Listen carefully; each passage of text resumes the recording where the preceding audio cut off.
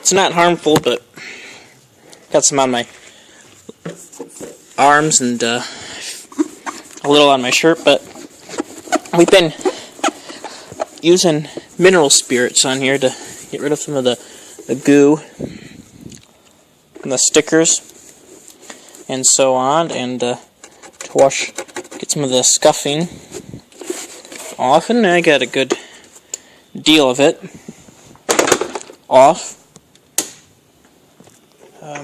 Now we are show you once we get out here what this looks like. It's actually been raining out all day. It's actually stopped once.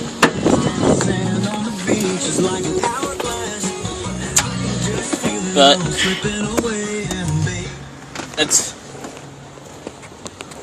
what it looks like now on the outside.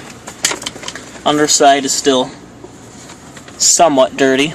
I don't know why there's a huge indent in the hood in that area. Like where another label would have been if it was a different Hoover. If it was like a commercial series.